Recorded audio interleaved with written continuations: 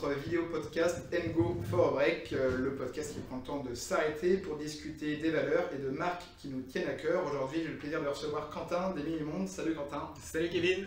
Est-ce que déjà tu peux te présenter à notre communauté? Certains, à mon avis, te connaissent, mais peut-être pas tout le monde. Ouais, bah avec plaisir. Déjà, merci de me recevoir pour ce podcast. Trop content. Écoute, moi je suis Quentin, du coup je suis cofondateur des Mini-Mondes et je pense qu'on aura l'occasion d'en parler amplement. Mais le but du jeu pour nous, c'est de faire découvrir le monde aux enfants en imaginant tout un univers avec des jouets et de l'édition. Et c'est une jeune aventure qui existe depuis 2 ans et on a la chance de grandir vite et d'avoir un beau projet. Et maintenant, on est une petite vingtaine dans l'équipe et on s'éclate bien. Et si tu veux un petit mot sur mon parcours, du coup, avant de lancer les Mini-Mondes, j'avais créé déjà un premier projet qui s'appelait Combat de Coq, déjà dans l'univers du jeu, mais dans l'univers du jeu de société, et cette fois pour adultes. Et voilà, du jeu de société pour adultes au jeu pour enfants, il y avait qu'un pas, un grand pas, mais voilà, du coup voilà, ravi de ce petit podcast. Et Combat de Coq, on s'était rencontrés d'ailleurs quand tu étais. Exact. Tu avais cofondé Combat de Coq, qui existe toujours. Qui existe toujours, ouais. Par la FNAC, ouais, etc. toujours, ouais. Et derrière, tu as créé les Mini-Mondes avec Marine. Exactement. Vous êtes 2, aujourd'hui une vingtaine en l'espace de 2 ans, donc vraiment top. On pourra revenir tout à l'heure là-dessus. Qu'est-ce qui t'a donné envie de créer les Mini-Mondes? Comment est venue l'idée? Est-ce que ça vient plutôt de Marine, de toi? Comment vous connaissez d'ailleurs tous les deux? Ouais, bah écoute, la genèse, il y a 2 ans, en gros, je rencontre Rob et le startup studio Imagination Machine, basé sur Nantes. Écoute, après un premier projet entrepreneur, j'avais vraiment envie de repartir d'une feuille blanche. Ce que j'aime vraiment, c'est cette phase en amont, en fait, où tu pars d'une feuille blanche, t'écoutes un petit peu les gens, le marché, et tu te dis, il y a quelque chose à faire. Et en l'occurrence, le jouet, je me suis intéressé à ce segment, et en fait, il y avait vraiment quelque chose à faire, c'était un peu une évidence. En gros, il y avait 2 constats, moi, qui me donnaient envie. Le premier, c'était comment étaient fabriqués les jouets aujourd'hui. En fait, le jouet, c'est une très grosse industrie, c'est une très grosse industrie très traditionnelle aussi. La plupart des jouets, en gros, sont en plastique, fabriqués en Asie, avec aussi une manière de fabriquer et de consommer qui est aussi très traditionnelle, disons. Du suremballage, du suremballage, enfin un peu tout ça. Donc on s'est dit, il y a moyen de faire beaucoup mieux en termes de fabrication. Et après, il y avait un deuxième constat qui était plutôt, et là maintenant, côté jeune papa ou jeune maman, c'est-à-dire vraiment tous les profils de l'équipe. En fait, on se rend compte que les histoires qui sont racontées aux enfants ne sont pas toujours très inspirantes ou en tout cas ne sont plus trop d'actualité. En fait, il y a beaucoup d'histoires encore violentes ou genrées où en fait, finalement, on pense qu'on peut être beaucoup plus inspirant et adresser des vrais sujets que sont l'ouverture d'esprit, la découverte du monde, l'ouverture sur l'autre, l'ouverture sur l'environnement. Et en fait, tout ça, ça peut être raconté de manière beaucoup plus bienveillante, beaucoup plus fun. Et donc, du coup, les Mini-Mondes, ça part de ces 2 constats-là et c'est un peu la fusion de tout ça. Donc, il y a à la fois une brique éducative, disons, et une brique sur l'éco-conception. Et avec une inspiration voyage, parce que le premier jeu, ça a été un van. Il y avait, c'est de l'aventurier du chemin, je crois, c'est ça, hein, qui voyage dans le monde. Ouais, c'est exactement ça. Écoute, une fois qu'on est parti de ces 2 constats, donc avec Marine que j'ai rencontrée par le biais d'une amie en commun, donc voilà, c'est un petit monde, on s'est mis en mode co-création, on a rencontré 200 parents et en gros on a bu 200 cafés et on s'est dit qu'est-ce qu'on peut faire de plus inspirant possible. Et en fait, rapidement, le tour du monde en famille était vraiment l'inspiration qui ressortait le plus et le van incarne bien la manière de voyager différemment. Et donc on a imaginé l'histoire d'une petite famille qui part faire le tour du monde en van à la rencontre justement de personnages inspirants. Et de là, cette petite famille inspirante, on la retrouve avec des jouets, sauf qu'on va réussir à faire les jouets entièrement en plastique recyclé et entièrement en bretelle, avec toute une démarche associative derrière. Et en parallèle, une brique plus éducative, on trouve des carnets de voyage. Donc là, le principe, c'est plutôt des magazines pour enfants. On fait découvrir un pays du monde en histoire, en recettes, en langue, en coloriage, etc. Et donc c'est tout cet univers-là qui fait les Mini-Mondes aujourd'hui. Et donc peut-être bientôt une histoire au Vietnam? Ah ouais, il pourrait, sans dévoiler de surprise, les du chemin arrivent bientôt en Asie, donc le Vietnam pourrait être un pays. Il y aura moyen de faire quelque chose. Le jour où nous arrivons, on mettra les petits Ngo Exactement, on va mettre des petits Ngo au pied. Et donc la fabrication, c'est à Fouesnant, c'est ça? Ouais. Fouesnant. Là où d'ailleurs où Gabar produit ses bateaux, une partie de ses bateaux, je crois. Ouais, exactement. Et vous aviez fait un partenariat avec François Gabar, pour ceux qui ne connaissent pas, qui a fait le Vendée Globe, etc. Très voileux, très connu. Ça s'était fait comment cette histoire-là? Ouais, écoute, du coup, donc, quand on s'est lancé dans la fabrication, on a rencontré des gens qui connaissaient des gens, etc. Et donc en fait, on fait tout dans un circuit ultra court. En gros, on fait tout entre la Vendée et le Finistère. Donc, notre usine est à la Forêt-Fouesnant. Une usine qui n'était pas du tout habituée justement à faire du jouet, qu'on n'avait jamais fait, qui était une usine plutôt dans l'automobile, qui avait justement en fait envie de se réinventer aussi, et donc notre projet tombait à pic. Et donc là on arrive dans un petit monde à la Forêt-Fouesnant qui est collé à Concarneau, et de là en fait il y a beaucoup de skippers qui sont basés, Et dans l'usine, en fait, on se dit, ok, on a fait le van, les du chemin ont traversé l'Atlantique, il faut qu'on fasse le bateau. Et en fait, c'est les gens de l'usine qui disent, ah, il y a François Gabard qui est juste à côté. Et alors moi, ma femme, elle travaille avec la femme d'eux. Et en fait, il y a un petit mot et on se dit, bah ouais, en fait, du coup, on a moyen de le contacter. Et en fait, du coup, on lui envoie un petit mot pour dire, en fait, on va faire le bateau. Et on a vraiment besoin de toi, tu vois, pour nous aider et à penser le bateau et aussi à l'accompagner, parce que c'est le but du jeu chez nous, c'est toujours d'accompagner avec un contenu pédagogique, justement, qui pourrait expliquer l'enjeu, les océans, les mers, comment on vit sur un bateau, comment on s'alimente, enfin toutes ces petites anecdotes-là, qui était mieux placé que lui pour en parler. Et donc qui en fait, rejoint le côté voyage, tour du monde. Exactement, et partagé. Exactement, aligné sur les valeurs ultra légitimes. Et donc en fait, il nous a accordé du temps avec son équipe. On a été chez eux plusieurs fois et puis on a fait une super vidéo de lancement après sur son bateau en pleine mer. Et ça, c'était pas mal en plus. Que vous alliez en pleine mer sur son bateau pour faire la vidéo, c'est des grosses surprises. Non, pas du tout. Franchement, on s'est dit, déjà, s'il nous accorde 5 minutes pour tourner la vidéo, trop cool, on prend une phrase et on est trop content. Et en fait, non, on est parti pleine mer, on était comme des dingues. Génial. Justement, tu parlais du secteur du jouet qui est voilà, beaucoup de surproduction, surconsommation en Asie avec du plastique qui n'est pas recyclé, etc. Comment vous, ça a été perçu votre arrivée sur ce marché-là? Est-ce que je crois que vous êtes aussi en B2B? Et comment est-ce qu'ils vous ont directement ouvert les bras ou il y avait le côté petite marque? Est-ce qu'on fait confiance, pas confiance? Écoute, ce qui est intéressant, c'est que déjà au début, on a beaucoup observé aussi, en fait, on a beaucoup rencontré de parents, mais on a aussi beaucoup observé d'enfants. Et on s'est dit, ok, on veut faire mieux les choses, mais en fait, il y avait pas mal déjà d'interrogations. Est-ce que plutôt du bois? Est-ce que, tu vois, en fait, qu'est-ce qu'on fait réellement comme jouet? Et on s'est rendu compte que les enfants, nous, c'est plutôt des enfants de 3 à 6 ans, disons. Okay. On a aussi pour les plus petits, mais c'est plutôt les 3 à 6 ans pour nos jouets. En fait, on s'est rendu compte qu'ils adoraient quand même les jouets en plastique. Parce qu'en fait, ça reste coloré, ça reste maniable, léger. Tu peux faire des formes, tu peux faire des expressions, solides, enfin tu vois, ça a plein d'avantages. Et du coup, on s'est dit, ok, il y a quelque chose à faire autour du plastique. Et donc de là, on s'est intéressé justement à l'innovation sur le plastique. On a travaillé avec un laboratoire. On a co-créé, co-développé la formule des mini-mondes, du coup, une formule 100% recyclée. Nous, on récupère des déchets de l'agroalimentaire, packaging, bouteilles en plastique, et donc on fait de notre matière avec un peu de déchets de bois pour donner un aspect un peu naturel. Et donc de là, en fait, ça nous a permis d'avoir une matière déjà qui était très fun pour les enfants. Parce que le but du jeu, c'est quand même de faire un jouet fun, tu vois, toutes les conceptions. Pour l'enfant de 3 ans, j'ai envie de dire, c'est pas son sujet, tu vois, lui, il va juste un super jouet. Exactement, lui, il veut un super jouet. Donc de là, en fait, je pense qu'on a réussi à trouver à la fois l'équilibre entre un jouet super bien fabriqué et aussi très fun pour les enfants. Et du coup, on a été franchement super bien accueillis par les partenaires. Mais par contre, on a été en 2 temps. En gros, au début, on a vendu que sur notre site web. L'équation est assez simple, c'est que faire des jouets beaucoup mieux fabriqués, le plastique recyclé, c'est 4 fois le prix d'un plastique. Faire son outillage en Bretagne, c'est 5 fois le prix d'un outillage en Asie. Et injecter aussi en Bretagne, c'est forcément plus cher que d'injecter en Asie. Donc en fait, ton jouet il sera beaucoup plus cher de l'usine pour faire simple.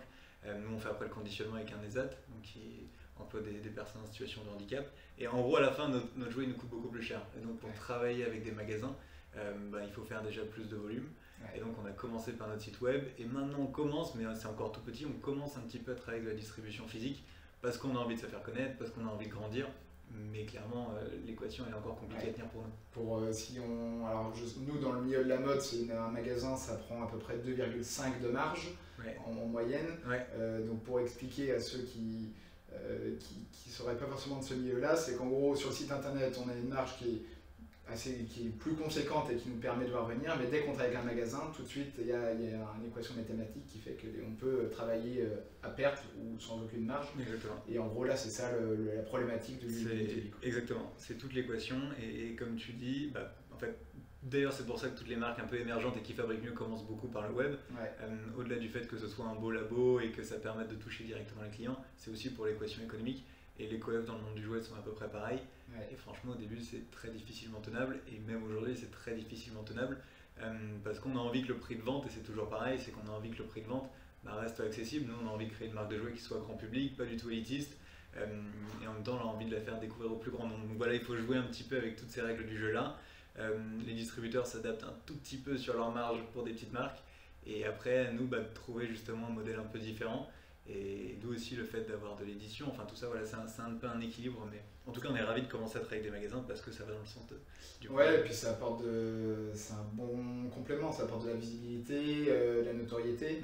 Nous on était très contents, on est toujours très contents d'être au Galeries Lafayette, Haussmann, BHV, c'est des magasins prestigieux. Mais c'est clair qu'on a cette même volonté avec Engo d'avoir un prix qui soit grand public, parce qu'on entend beaucoup, ok c'est cool l'éthique, l'équitable, l'éco-responsable, mais moi j'ai pas le pouvoir d'achat, j'ai pas le budget pour, parce que c'est quelque chose qui va sortir des fois 2 fois plus cher. Et donc on a aussi cette volonté de faire un prix grand public entre guillemets, même si une chaussure à 100 euros c'est pas non plus accessible pour tout le monde. Et tu as ce côté marge en magasin qui est compliqué. Vous, le van, pour prendre votre premier jeu, il sort à combien sur votre site internet en prix de vente? On vend le coffret van avec les accessoires, les personnages, etc. à 50 euros. Et si tu voulais inonder les magasins et être à l'aise pour du B2B, il faudrait qu'il sorte à combien à peu près? En usine? Non, en prix de vente. Faudrait que pour avoir une assise au niveau de marge, il faudrait que vous le vendiez combien? Ah, si on travaille avec des magasins et qu'on voulait être bien, il faudrait qu'on vende 80. Ouais, donc t'es à pratiquement x2. Pas loin, vraiment. Si on et donc là, t'es plus sur le même marché, t'es plus sur les mêmes parents qui vont dire bah non, c'est beaucoup trop cher pour un jeu. Et on n'est plus du tout dans l'ADN en plus de ce qu'on veut faire, tu vois. Ouais. Donc en fait, la réalité, c'est de se dire ok, on sacrifie les marges quand on travaille avec des partenaires parce que c'est une manière pour nous de nous faire connaître et que en fait, le web a ses limites. À un moment, notre petit site, tu vois, si on a envie de grandir, il a ses limites. Et ça nous permet aussi potentiellement demain de fabriquer plus. Donc on prend aussi des paris sur l'avenir. Mais en parallèle aussi, on travaille une vraie partie édition où là on travaille sur des livres, des carnets de voyage et on commence à 6-7 euros qui nous permet aussi de toucher un public très large et de se dire mais en fait on fait pas du tout une marque élitiste, on fait au contraire une marque inspirante mais pour le grand public. Ouais. Ce qui nous rejoint totalement, c'est la même vision qu'on a avec Engo. Justement sur là vous aviez des jouets, maintenant vous avez des livres. Est-ce que tu estimes qu'avec les mini-mondes tu as une parole à donner auprès de tu en parlais de plastique, éco-responsabilité, etc. Est-ce que tu estimes que tu as une voix à donner à travers tout ce que vous faites tu parlais d'inspiration, mais également peut-être faire passer un message auprès des parents sur l'éco-responsabilité, sur la nature et l'environnement? Vous essayez de faire ça? Ouais. Enfin oui et non. En fait ce qu'on essaye de faire c'est déjà on a essayé d'imaginer une histoire inspirante pour les enfants, tu vois, donc cette histoire est vraiment basée sur l'ouverture d'esprit et le fait de voyager différemment, de s'intéresser à l'environnement, etc. Donc en fait ça transpire dans toute notre histoire et du coup ces valeurs là elles sont clés. On met beaucoup d'applications dans le contenu, tu vois, on a une vraie équipe pédagogique, il y a une dizaine de personnes derrière chaque carnet qui travaillent, il y a une responsable pédagogique et une ancienne institutrice formée à l'école Montessori, donc tu vois on met vraiment beaucoup de qualité sur le contenu. Donc oui tu vois on a une mission de défendre en tout cas notre vision auprès des enfants parce qu'on pense que c'est un enjeu qui est vraiment clé. Donc tu vois, on y tient beaucoup.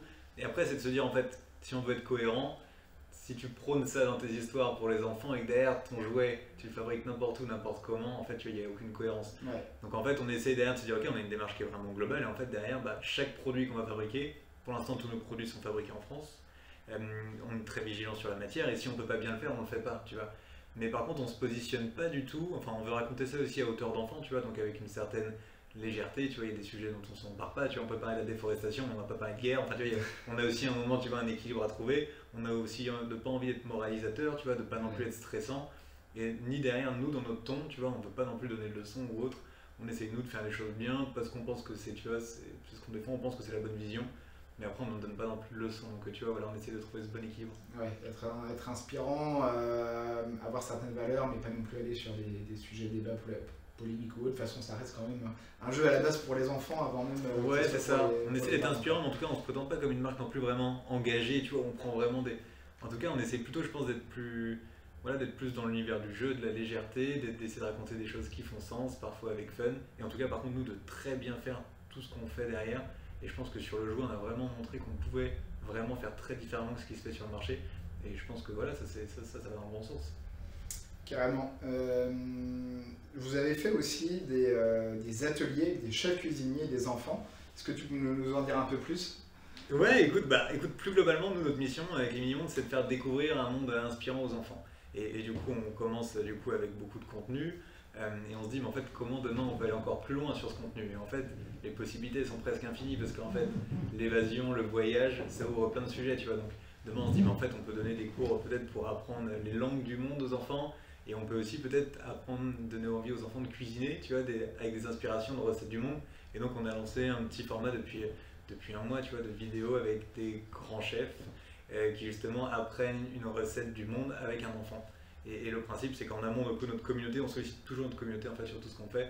On va nous dire, ok, bah, c'est quoi le pays qui vous fait le plus rêver? Donc la dernière fois, c'était la Finlande. Okay, donc La Finlande? Ouais, la Finlande. Okay. Donc après, on fait une shortlist de 10 pays, peut-être un peu atypiques, enfin, tu vois, qui changent un petit peu. Et puis du coup, on se dit, ok, la Finlande, on sollicite un chef pour dire, ok, bah tiens, est-ce qu'il y a une recette finlandaise qui t'inspire? Si oui, bah, on vient chez toi avec une petite ou un petit de la communauté. Et puis on filme ça, et puis du coup, on apprend cette recette. Et puis après, on permet aux parents de télécharger la recette. Écoute, c'est une des choses qu'on fait, et je pense qu'on va aller de plus en plus loin sur cette notion de contenu pour les enfants autour du thème de la découverte du monde. Ouais, tu disais tu voulais ne pas t'arrêter aux jouets, donc là vous êtes plus sur du service et ça, on sort de l'objet. Je ne sais pas s'il est trop tôt pour en parler ou pas. Tout à l'heure on parlait du kit vélo que vous avez pensé. Est-ce que ça en est où? Ouais, bah écoute, t'as raison, en fait ce qu'on se dit c'est maintenant on va essayer de créer tout un univers, tu vois. Ouais. On est parti du jouet, et puis finalement on a mis notre histoire au cœur de l'aventure, et donc on se dit bah en fait demain on va créer les nouveaux héros inspirants, et de là on va créer de plus en plus de contenu, donc comme tu disais, audio, vidéo ou médias, et puis on va aussi peut-être aller plus loin dans l'univers qu'on est en train de créer, donc on avait fait du jouet, on avait fait du livre, là on va commencer à faire même du jeu de société, et puis demain effectivement on a envie de s'intéresser par exemple au plein air, à l'exploration, et donc pourquoi pas des jouets pour explorer, découvrir les insectes, ou pourquoi pas des exploits pour barouder en vélo. Voilà, donc on travaille vraiment sur tout un univers, et on est un peu dans la phase de co-création, donc on utilise beaucoup les réseaux pour ça, beaucoup de newsletters. En gros, dès qu'on a une idée, parce qu'en fait on a beaucoup d'idées dans l'équipe, et l'idée c'est de se dire qu'est-ce qu'on priorise, et tu vois, on a tendance à partir un peu dans tous les sens. Et donc notre bonne méthode, en tout cas celle qu'on a trouvée, c'est de dire dès qu'on a une idée, c'est go no go, qu'est-ce que vous en pensez, bonne idée, pas bonne idée, et si oui, on refait des ateliers à 7 ou 8 avec des parents pour dire bah tiens, ok, mais en fait si on fait un kit vélo, qu'est-ce qu'on fait concrètement? Est-ce que, enfin tu vois, en fait la réalité c'est que parfois on sait un peu rien, même d'ailleurs c'est les gens qui nous disent ce qu'on doit faire. Et c'est comme ça qu'on crée tous nos produits. Ouais, bah, côté très créatif dans l'équipe, tu disais qu'il y en a aussi pas mal qui sont parents. Toi, t'es papa? Moi, je suis papa, ouais. Ok. Moi, je suis papa et les 3/4 de l'équipe sont des parents. Ok, ce qui aide quand même pour avoir un côté plus créatif sur l'univers de l'enfant. Ce qui aide, et surtout des parents qui sont convaincus de la mission qu'on a, de l'intérêt, et du coup, en fait, qui sont tout aussi passionnés. Donc c'est pour ça que les idées fusent, tu vois. Et moi, je suis le premier, j'ai une toute petite, moi. Donc du coup, chaque fois, je me dis, mais en fait, on n'a rien pour les tout petits, mais en fait, il y a aussi moyen dès le début, pourquoi pas des grands imagiers pour faire découvrir les animaux du monde, enfin tu vois, ça part de ça, et du coup on sollicite la communauté, et après on y va ou on n'y va pas, toujours avec un moment cette barrière de se dire, bah, en fait, si on peut le fabriquer, mais bien le fabriquer. Tu vois, un exemple, c'est, on nous a toujours demandé une sorte de grand tapis de jeu pour justement faire rouler le van, etc., tu vois, et on s'est rendu compte qu'en fait, on savait pas bien le fabriquer, tu vois, il y a un moment entre ce que les gens attendent, c'est-à-dire quelque chose qui dérape pas ou autre, bah, en fait ça nécessite potentiellement parfois du caoutchouc ou des matières qu'on savait pas sourcer ou qu'on savait pas bien le faire, et donc bah, à un moment on s'est dit, bah, en fait on fait pas. Plutôt que mal faire. Ouais, puis plutôt que de pas le sentir ou de sortir un truc où tu dis ah. Ouais. Puis la technologie évolue vite, les matières biosourcées, etc. Donc peut-être que dans un an, dans 2 ans, la solution va être là. Nous sur les chaussures, quand on a créé la marque en 2017 avec Ronan, donc 2016 on commence à faire des échantillons. À l'époque c'était beaucoup plus difficile d'avoir de la matière recyclée, c'était beaucoup moins courant qu'aujourd'hui. Ouais. Maintenant, là, donc, depuis 2020, on a une gamme recyclée. Quasiment tous les fournisseurs vont proposer, voilà, il y a tout ce qui est cuir vegan, donc ananas, raisin, etc. Les matières recyclées, ce qu'il n'y avait pas qu'il y a quelques années. Ça, c'est les fournisseurs qui voient qu'il y a une demande là-dessus, donc ils se mettent à trouver des solutions. T'as raison, ça bouge, et je pense que l'industrie bouge, nous on progresse aussi, tu vois, et de ça je pense que ouais, effectivement ce qu'on ne sait pas faire aujourd'hui, demain on pourra peut-être le faire, on garde ça en coin de tête. L'univers de l'enfant, c'est aussi l'histoire imaginaire, tu l'as dit, dans l'équipe vous avez un côté très créatif, plein d'idées. Ouais. Donc ce que je te propose, c'est on va faire un petit jeu. Ok. Donc sur nos formats, à chaque fois comme ça, il y aura un jeu pour venir un peu aussi casser le rythme, et après on reprendra le fil de nos discussions. Donc l'idée, je vais commencer à raconter une histoire, et quand je m'arrête, c'est à toi d'improviser et de trouver quelque chose. Alors ça peut être dans l'univers de l'enfant, quelque chose de beaucoup plus terre à terre, beaucoup plus adulte, c'est libre à toi. Ok, allez. De faire quelque chose de plus fun possible, quoi. Ok, donc l'objectif c'est d'être fun. Ok. pas forcément, c'est mieux, mais t'es pas obligé. Okay. En vrai, ça va être de l'impro, donc okay. j'ai fait le test avant. Ok. Et c'était fun. Non. D'accord. Non, Ok. j'ai pas réussi à faire. Je sais Ok. pas, Guillaume, c'est Stéphane. Il a pas de réponse. Non, c'est un exercice qui est marrant à faire. Ok, Donc, allez go. on y go. Donc, Quentin, tu as beaucoup sommeil, tu es bien installé dans ton lit, tu plonges enfin dans le pays des rêves, le pays de l'enfance, et quand tu ouvres les yeux, tu es où? Je suis en Amérique du Sud, sur un petit terrain de foot, un peu dans un village. Voilà, je suis un peu perdu au bout du monde en train de me retrouver à faire un foot. Curieux, tu commences à t'aventurer un peu plus loin. À ta grande surprise, tu aperçois J'aperçois une petite famille autour d'un feu qui est posée, qui est en train de se raconter des histoires, en même temps de se faire des blagues. Bref, je suis interpellé, j'ai envie de les rejoindre. et cette famille, elle est en train de... Et cette famille, du coup, je me rends compte qu'elle est en train justement d'essayer d'inventer une histoire et de se projeter sur le voyage qui le ferait le plus rêver au monde. Tu décides d'aller lui parler, du coup de leur parler, mais tu te fais interrompre par... Je me fais interrompre par le gars avec qui j'étais en train de jouer au foot une heure avant et que j'ai quitté de manière complètement à l'arrache. Il t'explique qu'il se fait poursuivre par des bandits et qu'il a besoin d'une... pour s'enfuir. Il il a besoin, d'une place dans ma valise pour que je le planque et puis pour qu'on se barre le plus vite possible. Une grosse valise. Une grosse valise. Après, c'était une grosse valise. Du coup, tu l'accompagnes, mais pendant que vous vous enfuyez, vous devez vous arrêter car... Car on tombe nez à nez avec ces mêmes gars-là, on n'a vraiment pas de bol, mais genre j'ai choisi la mauvaise route. Putain, tu anticipes parce que du coup là c'est les bandits vous rattrapent, ça c'était la suite de l'histoire, donc effectivement ils vous rattrapent, tu tombes nez à nez avec eux, et donc pour les faire fuir tu utilises... Pour les faire fuir, j'utilise genre une sorte de globe géant que j'ai inventé, bam, je le tourne et je suis téléporté dans un autre pays. Ça suffit pas, donc tu prends la décision de... Bam, de retourner le globe. une nouvelle fois. Et je retourne dans un autre pays. Et ça semble fonctionner, les bandits se sont enfuis, tu réouvres les yeux et tu t'es réveillé. Fin de l'histoire, merci Quentin, tu t'en es bien sorti. Tu t'en es Niveau bien fun, sorti. je suis pas... Ouais, bon, je pense que voilà, je referai une V2 chez moi. Et on va faire un dernier petit jeu, plus court, ça va être du vrai-faux. Ouais. Donc on va faire 3 questions. En gros, là j'ai des jeux qui existent ou pas. Ok, Et tu vas me dire si oui ils existent ou si non ils n'existent pas. ok, Un crayon avec le design de Barack Obama. ça existe. Et non, ça n'existe pas. Non. Alors, sauf si on a mal cherché, mais on n'a Ok. pas trouvé, a priori ça n'existe pas. Ok, Un ours en peluche, 50 nuances de grès. ah, ça existe. Et oui. Ouais, Ouais. ouais. Et ça a même été retiré de la vente a priori. C'est vrai? Ouais. Énorme.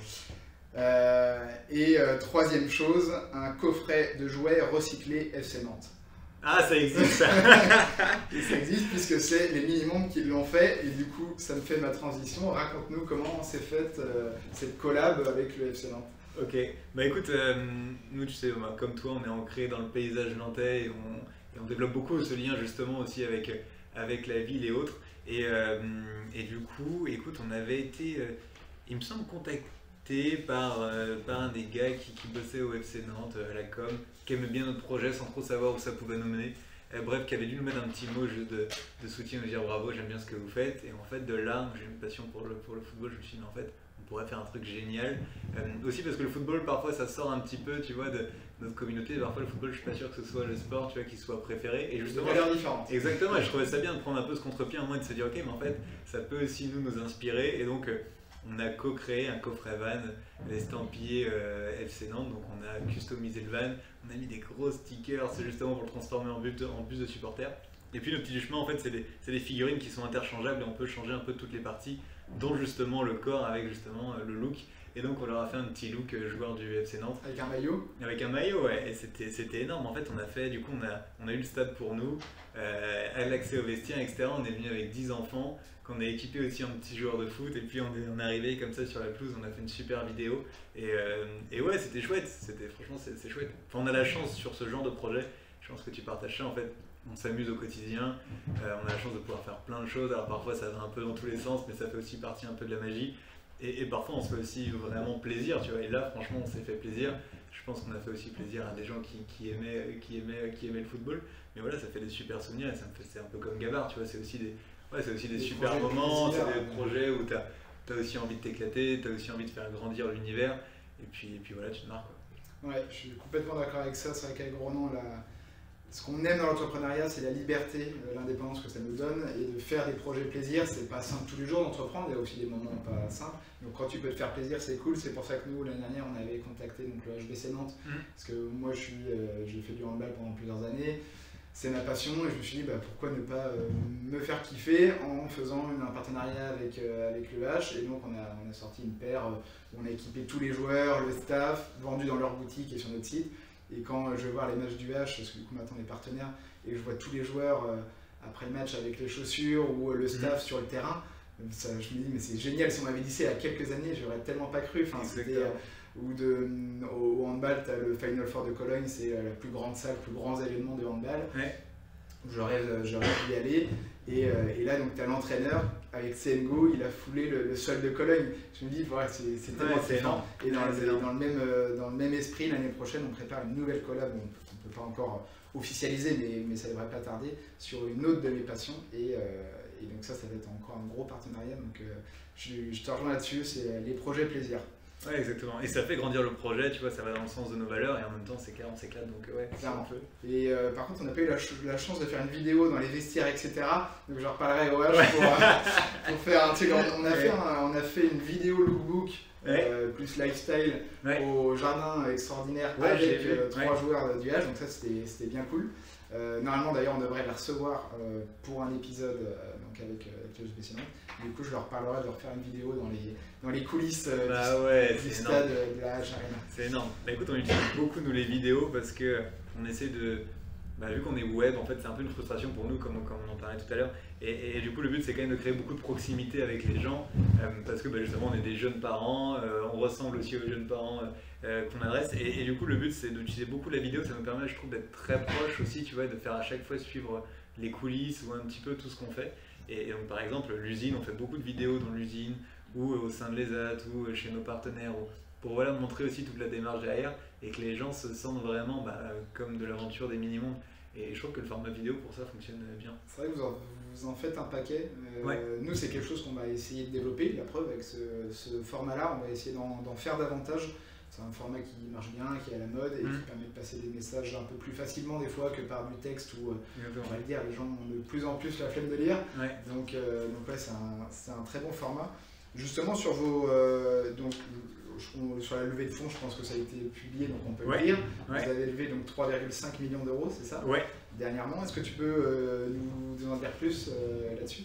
Ouais, bien sûr. Écoute, on vient de finaliser notre première levée de fonds, donc ça y est, on est content parce que c'est pas une finalité pour la boîte, mais par contre ça te permet d'avoir un peu plus d'ambition, tu vois, dans cette logique d'impact. On parlait de fabriquer du jouet, mais aussi de créer un univers, etc. À un moment ça demande des ressources. Donc en fait l'enjeu pour nous, il y a un peu 3 enjeux. Le premier c'est de créer tout un univers. Donc on en parlait, on veut faire plus de produits, des produits qu'on ne sait pas faire aujourd'hui ou qu'on ne faisait pas, donc d'adresser typiquement les jeux de société, tout le monde nous en parle, donc ça on a vraiment envie de le faire. Et toi tu as l'expérience là-dessus? Ouais, moi en plus j'étais là-dessus. Beaucoup plus de contenu aussi audio et audiovisuel, donc typiquement du podcast nous aussi, mais plutôt potentiellement pour apprendre les langues du monde aux enfants ou pour raconter des histoires peut-être un peu plus folles sur des mythes et légendes du monde par exemple, tu vois. Donc beaucoup de travail de contenu, ça va être une première partie. La deuxième partie qui est un projet clé pour nous, on a envie d'essayer de tenter l'aventure au UK potentiellement. Et donc ça c'est du boulot, ça demande une équipe, de la traduction, voilà, et puis bon, c'est un peu un crash test pour nous aussi, mais on pense que notre histoire elle est universelle, donc on a envie d'essayer. Et t'as intérêt que ce soit très bien traduit, que ce soit pas du franglais, quoi. Exactement, c'est pas moi qui ai fait la traduction, c'est clair. Et puis le dernier sujet pour nous c'est aussi d'être de plus en plus sur l'expérience. Alors en fait on va essayer de travailler sur des projets soit de lieux un peu où on peut jouer, en même temps découvrir les mini-mondes, soit même des projets vraiment d'aire de jeu qu'on est en train de co-développer en ce moment.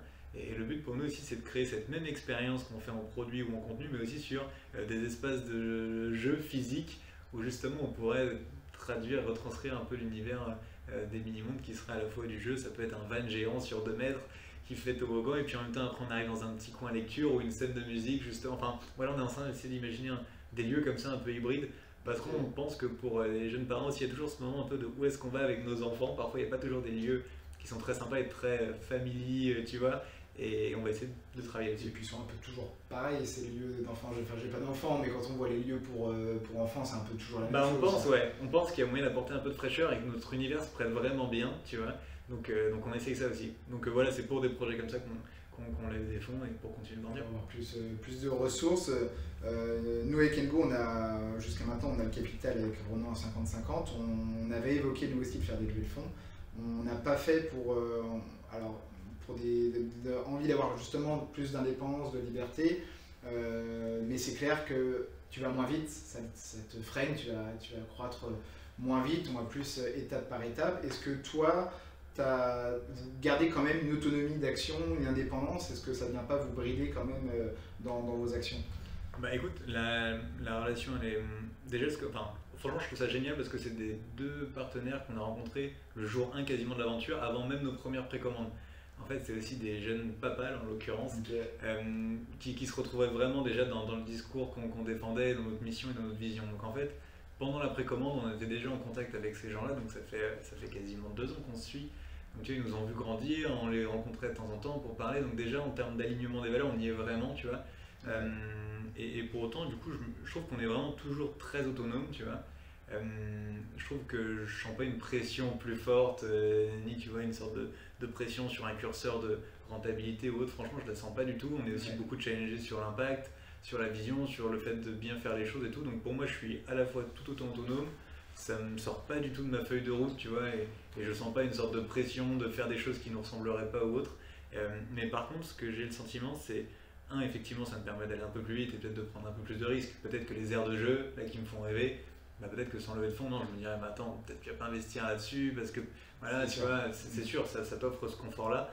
Donc ça, j'aime bien, et surtout, ce que j'aime bien, ça m'a aussi obligé à un moment à structurer beaucoup plus ma pensée, notamment sur ma vision, peut-être à 5-10 ans, chose que tu fais peut-être pas assez, et quand tu fais une levée de fonds, tu es obligé de te projeter beaucoup plus à 10 ans, ou peut-être aussi, c'est plus sur des choses simples un peu qui font que parfois ta boîte peut couler, c'est le genre de bien maîtriser sa trésor, son cash. Alors est-ce qu'il faut parfois peut-être se staffer un peu sur des parties plus finance alors que tu as tendance peut-être parfois à prendre ça à la légère? Bah là en fait ça t'oblige aussi à faire des travaux de reporting et tout, mais en fait je trouve qu'ils sont assez sains pour nous, enfin tu vois, pour aussi, on est plus en maîtrise en tout cas je le sens maintenant, et on est plus staffé, donc voilà, c'est un fonctionnement différent. En tout cas ce qui est sûr c'est je pense que tous les projets qu'on mène là, tu vois, je dis on parce que je pense qu'on est tu vois, dans ces mêmes valeurs, ça a fait aussi beaucoup évoluer je pense le paysage de l'investissement, tu vois. Et pour avoir rencontré plusieurs fonds d'investissement pendant cette période, ne serait-ce que par curiosité, je me rends compte que les fonds sont plus orientés de plus en plus vers l'impact. Et alors du coup, je pense que tu as des fonds plus traditionnels, tu as des fonds plus orientés sur de la rentabilité, et ça existe. Mais tu as aussi de plus en plus de fonds orientés vraiment sur de l'impact, avec une démarche qui est sincère, où typiquement, là, ils m'ont encore écrit une semaine pour dire, mais en fait, tiens, Bicorp, il faut accélérer, il faut passer... Enfin, tu vois, et c'est des choses, c'est le fond aussi qui t'amène ça. Donc, comme tu vois, donc il y a vraiment... je trouve vraiment qu'en tout cas, c'est pas fonds d'investissement dans ce qu'on pourrait entendre, tu vois, au début, de se dire, ah, maintenant, c'est une vision, ok, ils veulent faire de la rentabilité à tout prix. Non, en fait, franchement, la feuille de route, c'est la même. De toute façon, c'est fou comment les jeunes marques, les DNVB, comme on les appelle, changent tout un tas de choses. Ils vont changer la consommation, ils vont changer... ça va sensibiliser sur tout un tas de sujets, et ça va même jusqu'au fonds d'investissement, effectivement, où il y a de plus en plus de fonds qui se tournent vers des marques comme les Mini-Mondes, comme Engo. C'est sûr, parce que la réalité c'est que je pense que les consommateurs évoluent vraiment, et je pense que là le switch est de plus en plus fort et que c'est de moins en moins niche, tu vois, là où déjà même il y a 2-3 ans, parfois on me chambrait un peu en disant que c'était un projet de bobo, etc. Tu vois. Et vos clients, est-ce que c'est pas surtout des bobos? Et en fait je me rends compte, mais pas du tout, tu vois, que c'est vraiment on ne peut plus grand public, tu vois, et du coup ça devient maintenant une sorte d'idée reçue, tu vois, de se dire que si tu fais un produit bien fabriqué, en fait tu fais un produit pour les bobos, en fait ça devient maintenant une sorte de vieille idée reçue, tu vois, qui pour moi fait plus sens du tout. Et on en revient aussi sur le prix, comme on disait tout à l'heure, où quand tu as un prix aussi grand public, entre guillemets, ça permet aussi de sortir de ce côté très minoritaire sur une certaine classe de la population, les bobos, etc. Exactement, et je pense que l'enjeu c'est ça, c'est si tu veux par contre être dans cette conviction-là, il faut réussir à rendre le produit le plus accessible possible, ça c'est clair. Mais en tout cas, voilà, tu vois, je pense que les gens consomment de plus en plus comme ça. Nous, on se rend compte que c'est pas du tout nouveau, c'est grand public. Tu vois, un exemple sur l'édition, on est passé de 0 à 30 000 abonnés en un an. Ouais. Et 30 000 abonnés aujourd'hui, c'est quasiment la moitié des gros acteurs, tu vois. Et donc pour avoir 30 000 abonnés, c'est 30 000 familles et t'as pas 30 000 bobos, tu vois. Au contraire, c'est 30 000 parents comme j'allais dire comme toi et moi, mais non. Pas comme toi. Non, mais... je ne suis pas encore parent. Mais voilà, bref, du coup les consommateurs changent et du coup bah forcément les investisseurs aussi du coup regardent différemment ces marques-là, ont envie de les accompagner dans le changement. Et même les distributeurs, on en parlait aussi, ils disent en fait c'est peut-être pas mal d'avoir des jouets qui sont fabriqués différemment. Bref, ça fait évoluer un peu tout le secteur, je pense. Ouais, je suis bien d'accord avec toi. On va conclure là-dessus. Est-ce que tu as quelque chose que tu voulais aborder, qu'on n'a pas abordé, une actualité, une anecdote, un scoop? Non, un scoop, je sais pas parce que j'ai pas la temporalité de ton podcast, donc ce qui est scoop aujourd'hui sera peut-être pas un scoop demain.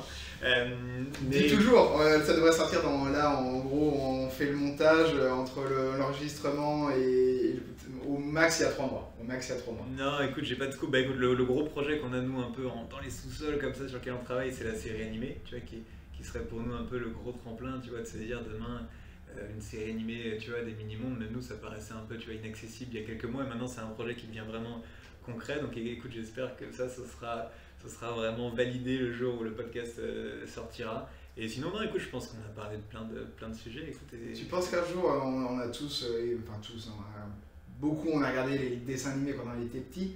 Je crois qu'un jour il y aura un dessin animé où les petits pourront regarder ça. Ouais, je suis sûr. Enfin, je suis sûr. Non, je vois. En tout cas, mais ouais, en tout cas, ça va dans le sens. En fait, ce que je pense, c'est typiquement le rapport à l'écran, c'est un vrai sujet pour nous et aussi pour les parents, tu vois. Donc l'idée, ça va être de travailler sur peut-être des formats courts et aussi de travailler sur des formats très différents. Donc pour nous, on reste quand même beaucoup sur l'édition du podcast parce qu'on croit beaucoup à l'audio, mais aussi pourquoi pas la série animée. Et ouais, moi je trouve ça magnifique, tu vois. Ma fille, elle a bientôt 1 an et je me dis. T'imagines si dans 3-4 ans en fait elle-même elle regarde le matin ou je sais pas elle tombe sur la série animée des mini-mondes, je trouverais ça génial au fond. Donc ouais, écoute, je pense que c'est un projet qui peut voir le jour et ce serait une belle histoire. Et dans quelques années vous vous faites racheter par Disney et vous avez carrément au cinéma le dessin animé des mini-mondes. Ouais, écoute, et on peut même rêver d'un parc d'attractions par exemple, tu vois. Ouais, franchement je pense que comme tu dis, Disney, c'est un super exemple pour nous. On s'en inspire beaucoup, alors à une toute petite échelle et sans aucune prétention, mais en tout cas, dans le fait de créer comme ça tout un univers qui va du parc d'attractions au livre, tu vois, et demain au podcast. Et en tout cas, si on est le nouveau Mickey demain inspirant, écoute, c'est génial. En même temps, vous auriez tort de ne pas vous en inspirer. C'est la référence sur le monde de l'enfant. On a tous vu des Disney dans notre vie, donc oui, demain. Les mini-mondes viendra peut-être concurrencer Disney. Mais en tout cas, c'est clair que vous avez plein de choses à faire devant vous. La levée de fonds va vous permettre de le faire. Et comme tu dis, l'univers de l'enfant est tellement large que c'est parti d'un jouet, mais vous allez pouvoir faire des tas de choses. Et c'est pour ça que nous, on adore les mini-mondes et qu'on continuera de suivre les mini-mondes. Au-delà du côté marque nantaise, parce qu'on est évidemment hyper chauvin à Nantes, même si toi t'habites à Rennes. Donc si j'avais su, je t'aurais peut-être pas invité. Petit moment de flottement en fin de podcast. L'immeuble, le petit côté rennais. Écoute, merci Quentin d'être venu échanger avec nous. J'espère que ça vous a plu, que ça vous a inspiré, c'était le but. Petit mot de la fin, où est-ce qu'on peut vous retrouver? Ouais, bah écoute, le site des minimondes.fr et puis de plus en plus chez des partenaires, Nature et Découverte, Fnac, Bonhomme de Bois, voilà, on commence à être un peu de plus en plus implanté en distribution physique. Et bien sûr vos réseaux sociaux. Et bien sûr. Merci et rendez-vous au prochain épisode. Merci beaucoup. Salut.